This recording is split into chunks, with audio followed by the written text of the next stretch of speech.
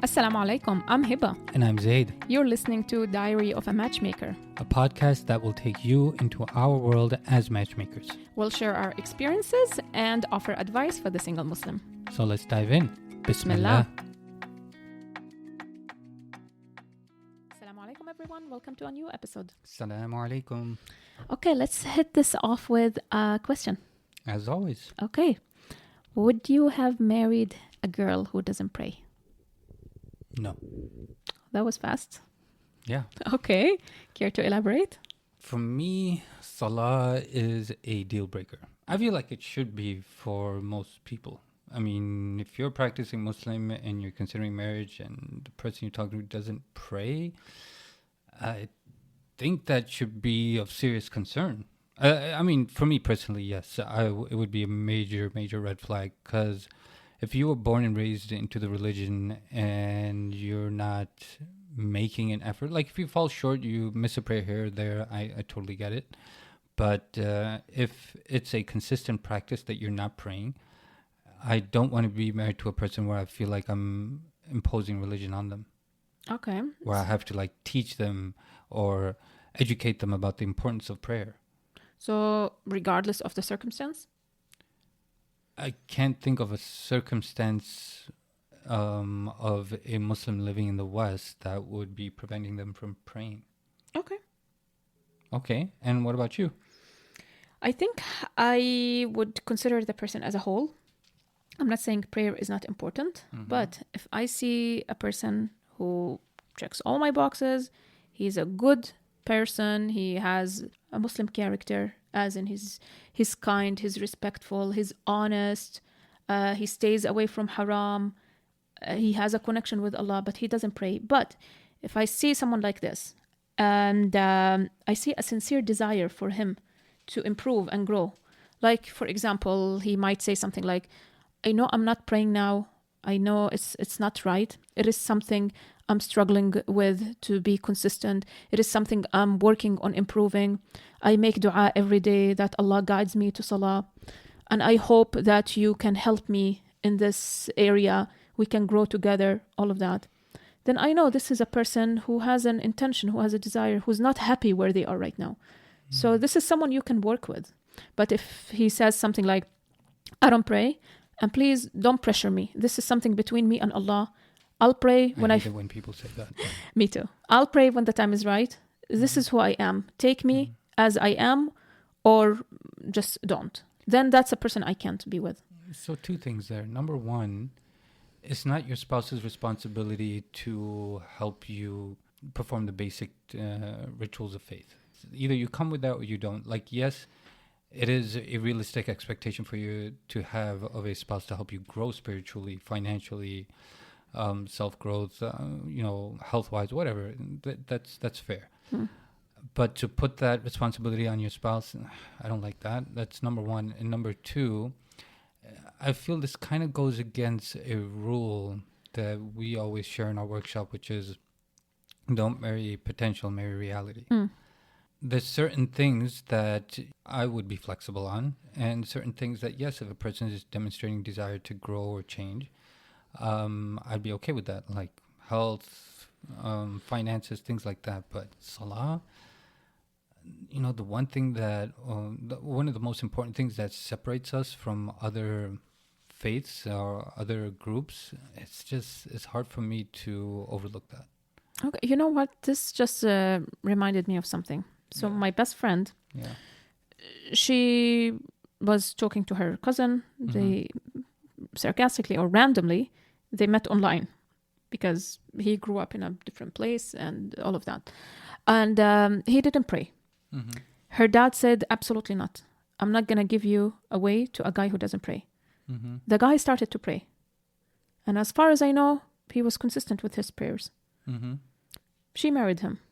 Wow. Turns out he's an abusive husband. And now she's divorced with 2 kids.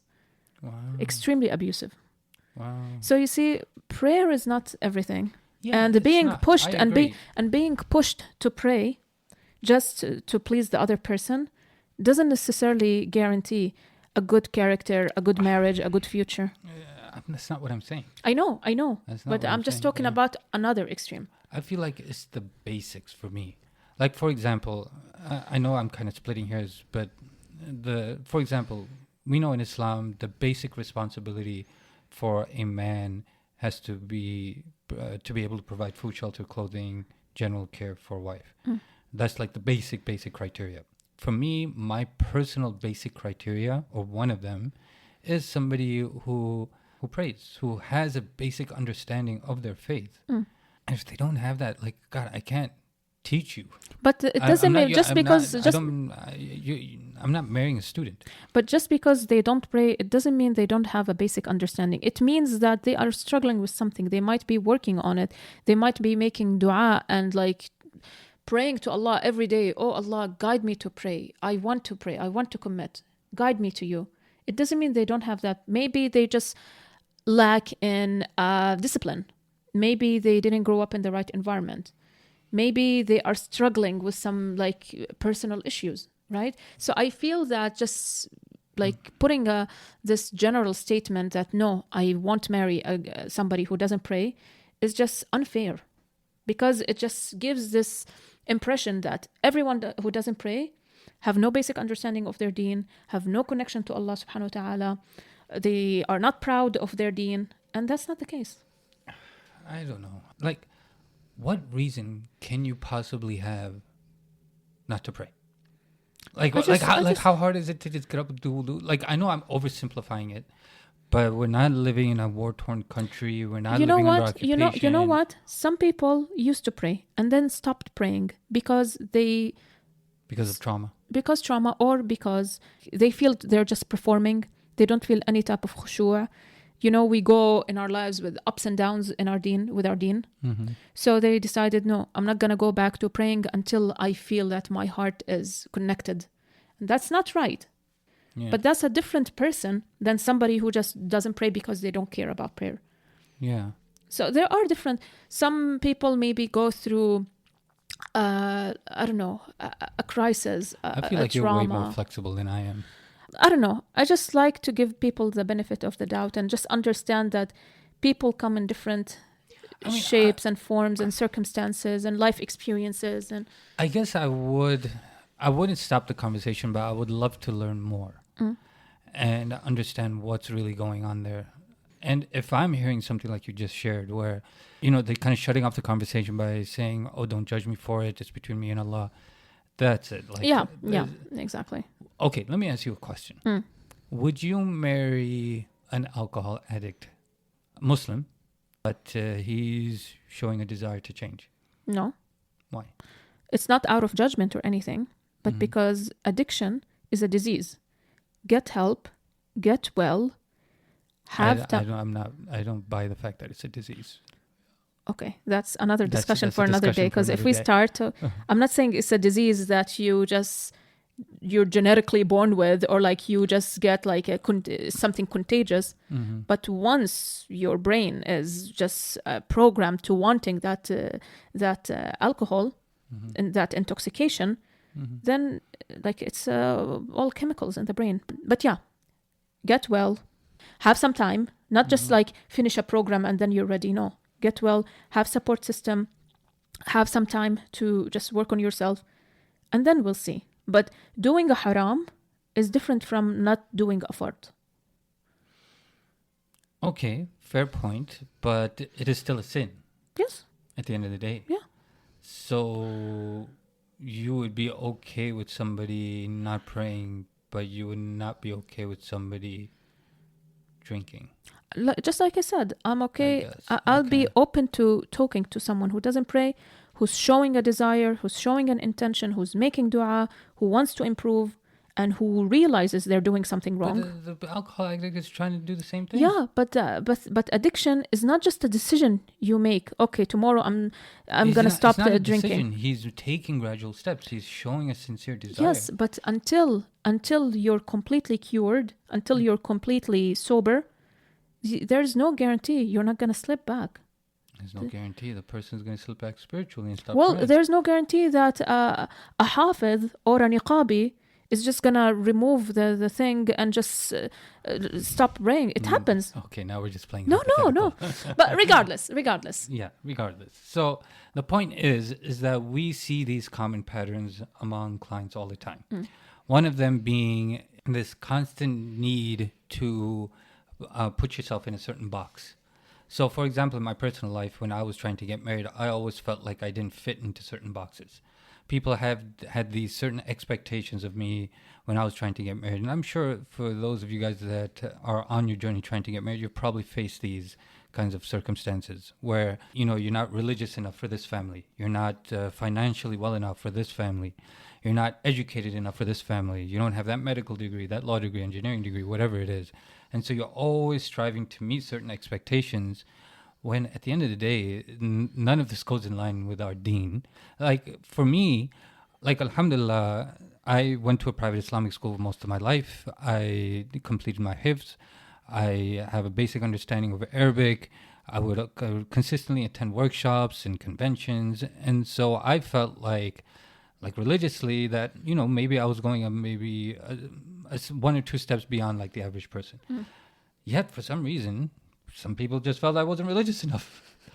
And it was just a strange phenomenon to see. Why is that? Because I just wanted to know what else I could do. Like, do I need to go become an alim? Do I need to go learn tafsir of the Quran? No. I mean, why did some people think you're not religious enough? Because at least in Chicago, there's a strong, TJ community, Tablighi Jamaat community. And so I would see a lot of those families sometimes. Like, for example, I would go to the family's house and I'd be sitting there and you would just get this vibe and energy that they're just a very hardcore religious family, right? Where the TV's not on, there's Quranic scriptures all around, there's a mushaf on every shelf. The adhan is playing every 5 minutes. I don't know why. Okay. The father's got a beard that goes down to his knees, and the mother's an niqabi, and you're just like, oh boy, I don't know if I'm going to survive this, because that's just not me. Oh, and the other reason is because somehow, some way, people would find out that I was more inclined towards the arts, and I would listen to music. And astaghfirullah, right? So when people would hear these things, they would think, oh man, this guy's one of those wishy-washy Muslims. He's one of those weekend Muslims. And which I wasn't, I was just like, this is where my heart is. I know what's haram and halal. I have a basic understanding of my deen, and I know the things that I'm doing are not forbidden in my faith. The thing that I can proudly say about my journey without any arrogance is that I never sold out. Alhamdulillah, I never sold out. For the education, I never sold out for money. I never sold out for religion. I never tried to be something I wasn't. I always stayed true to what I love, which was art.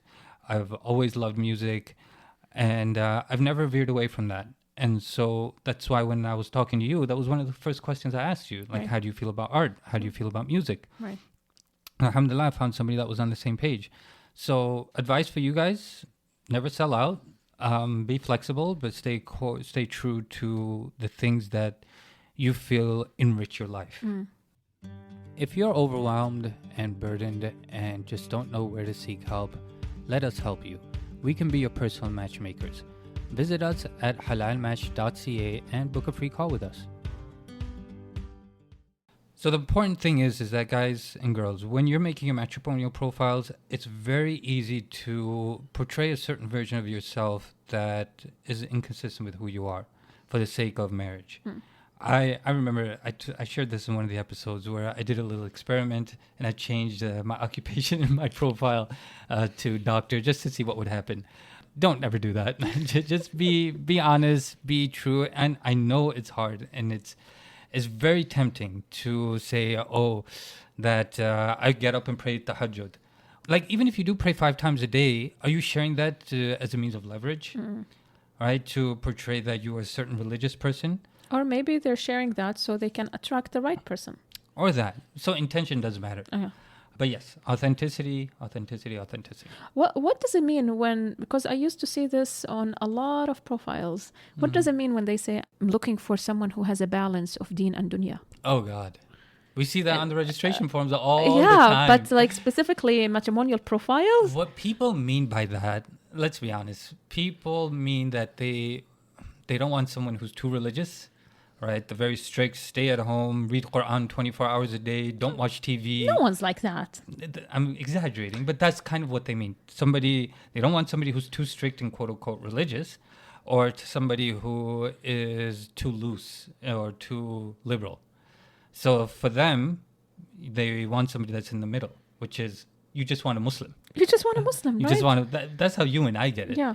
But to people who don't get it, they think that, Muslims come in all strands. That, if you are somebody who's very, very strict and expects their wife to stay at home, cook and clean, that you're being Muslim too. But so that's tradition. That's not being Islamically strict. That's being traditionally strict. Yes. I think we are guilty of that as Muslims, of creating these labels and trying to box each other in these labels. He's liberal. She's religious. He's conservative. She's, I don't know. What is the opposite of conservative? Liberal.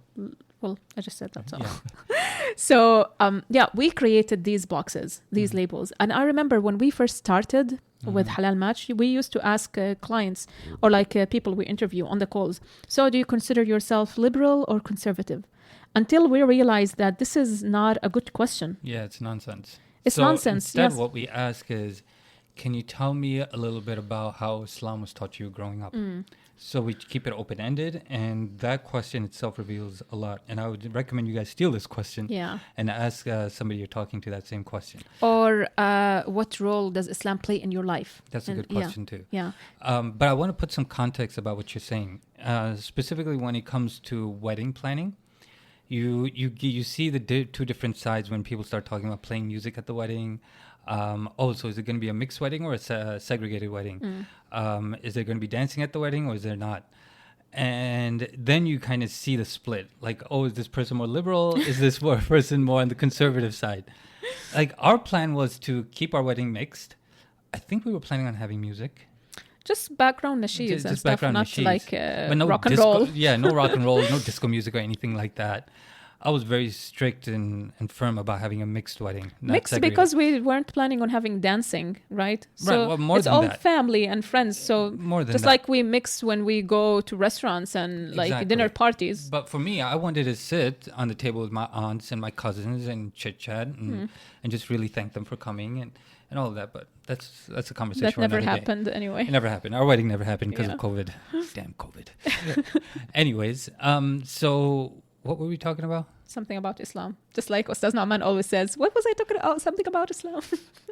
So another phenomenon, I guess you could call it phenomenon, that I would see often when I was searching was girls suddenly becoming experts on religion, like fiqh experts. I remember there was this one time I was talking to, I think she lived in Saudi. I was talking to a girl in Saudi. And oh, really?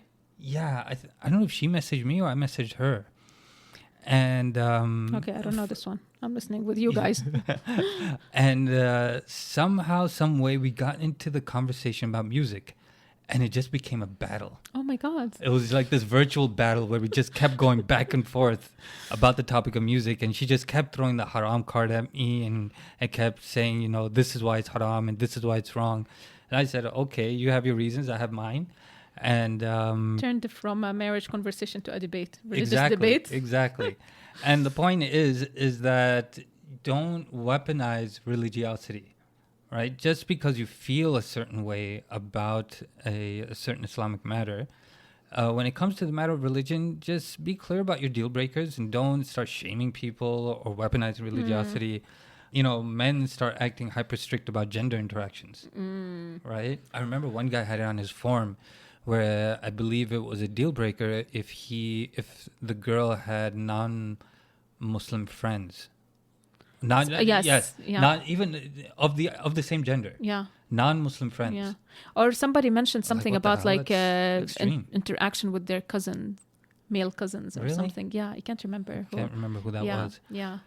But it's like all of a sudden marriage just gives us the excuse to be extreme. I get, like you said, this is who I am. This is what I'm looking for. And if the other person doesn't meet that, then good luck to you, but good luck to them. But don't start like trying to convert them and convince them and like judge them and make them feel like they're just not a good Muslim. And right, this is not the place for it. Definitely not. Yeah. Another point that I want to bring up is how people use religiosity as a shortcut. Oh yeah. Yeah, definitely. That, and we see it all the time on our discovery calls. So what are you looking for? Oh, someone religious. Someone religious. That's it. So what does that even mean? Like somebody who prays. Somebody who prays, who wears a hijab. That's right? it. And, okay. And for example, the story you just shared of your cousin, or your best friend that married her cousin, who started praying before, but turned out to be an abusive husband. Exactly, yeah. So religiosity is not an indicator of character. A guy could have 10 different girls who are all hijabis and all pray and all religious. Does that mean that he's going to be compatible with all 10? No. Vice versa. Girl and multiple guys who have a beard and they pray at the masjid and they pray tahajjud. But there are other aspects to compatibility than religiosity. But I think, like you said, it's a shortcut because some people don't want to do the work, the self-work. Some people are just too lazy to do that. So it's just easier to just look for someone religious, right? And that's it. But what about the self-work that goes before that? What about knowing your values, knowing what you're attracted to, right? Right. And that's what we talk about in our workshop, that compatibility doesn't start with the other person, it starts with you. It starts with knowing what your values are, what your deal breakers are, how you envision your life post-marriage in terms of roles, responsibilities. All of those things, it takes time to figure out, but you have to put in that work.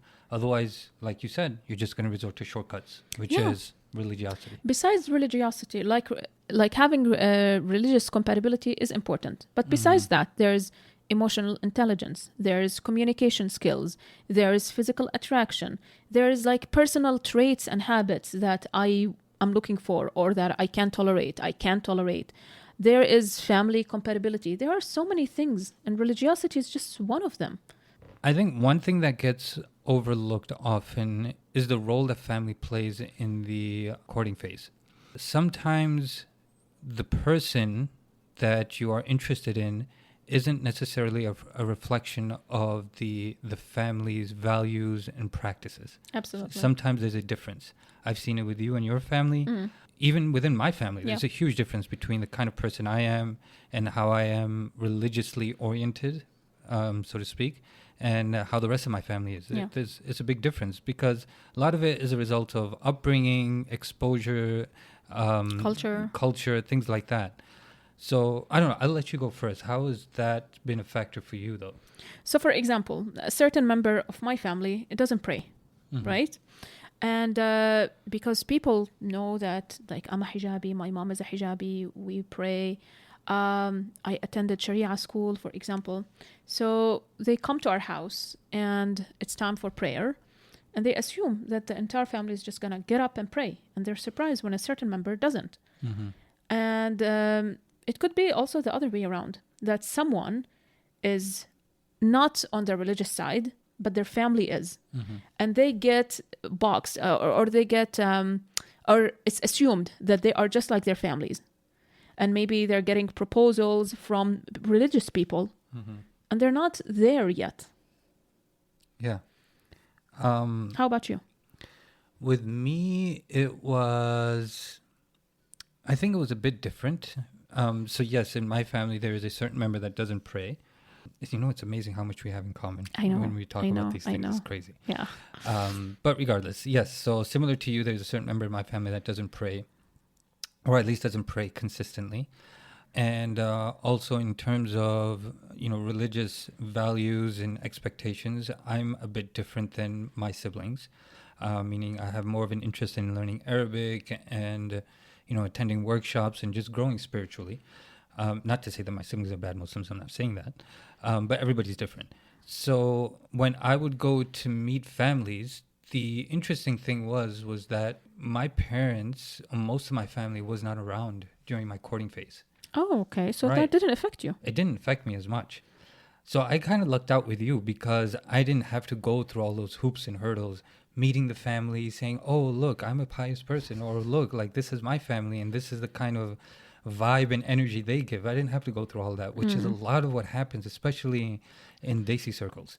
Oh, really? In Arab circles too, I'm assuming, right? Where you just have to kind of get a feel for the family. Alhamdulillah, I didn't have to go through much of that. But yeah, I can see how a lot of that is a concern for Muslims. Yeah, and you know what else? Like, you might come from a religious family, like everybody knows this family is like on the deen and all of that. But you as a Muslim, you're struggling with some doubts about the deen. You have some unanswered questions. You have some internal fights going on, but you can't even express that because, come on, you come from this family and you have some doubts about the deen. So you get boxed into this image of very strict, very religious, and you're going through this internal battle. Yeah, you can't share with anyone. Yeah, that's true. And I feel like there's also another part to this problem where at the end of the day, there is something called family compatibility, right? Now, our situation is kind of unique. Like our family, like, forget the fact that they can't even communicate. They live on different continents. They barely see each other. There's just so many differences than there are similarities. But I do feel in most cases, family compatibility does play a part. And it should play a part. Of course. Right? Especially if the family lives nearby and you want to be able to go to the family's home and interact with them. If they're too far on one spectrum religiously, then that's going to create problems and conflicts. Of course. And that's one thing. And the second thing I want to talk about is it's unfair to the person that's trying to get married if the father, for example, is an alcoholic, or if the mother dresses immodestly, but the guy or the girl that you're meeting is a 10 out of 10, religiously, spiritually, this and that. But you just contradicted yourself because you said family compatibility is important. So that's not a contradiction. That's just me kind of wrestle with these two things. Right. Like, how do we figure that out? Right. And do we have to compromise on one thing or the other? Do I compromise on family compatibility because this person is just a perfect match? Or do I just kind of roll the dice? So I don't know. I don't know how I would deal with that situation. It might look, I don't know, it might look like it's a dilemma. But I think if the person you're talking to is like 10 out of 10, like you said, they're very committed to their deen and they're very different from their parents and they're mature enough not to be dragged into that kind of environment, then of course that's the most important thing, because at the end of the day, you're marrying the person. I know the person come as well with the whole package of their family, but at the end of the day, you're marrying the person. You're not living with your in-laws. That's what matters. Yeah, you know, the one thing that I used to hate so much when I would reach out to families and stuff. So I'd be on these WhatsApp groups and people would post their profiles of their daughters. And of course, you would see the mother's phone number, the father's phone number. And sometimes I'd send a text message saying, oh, this is my picture, I'm interested. And the first thing they would say, and it would really piss me off, what is your mother's phone number? I need to talk to your mother. What is your father's phone number? I have to talk to your parents. It's like first. You're not a grown-up. It's like I'm incapable of having a mature conversation about, you know, who I am, what my values are, whether or not I'm a good fit for you. But no, you have to talk to my parents. And my mom, the interesting thing was that she would hate these conversations. She's like, I don't want to deal with these people. Like, you're a grown man. You deal with this. And I'd have to respond and say, I'm sorry, but she is being stubborn. This woman wants to talk to you for some reason. So it's like this cycle or this, I don't know, what's the word? This problem that we feel that parents or just families are a better indicator of compatibility than the individual himself. And they, correctly? Yeah. And they judge you based on that conversation with your mom, how it went. Yeah. When you might be very different from your mom. Exactly. I'm pretty sure you're not the only one who went through this. I'm pretty sure some of our listeners are going through this. I'm sure if you're Desi living in the West, you've probably been through this. Wow. Especially if you're a guy. And on that note, I'd love to hear. Yeah, of course. You know what? Actually, guys, listeners, I'm a little bit upset with you. Every week, I'm waiting to see a comment. Every week, I'm waiting to see a thought.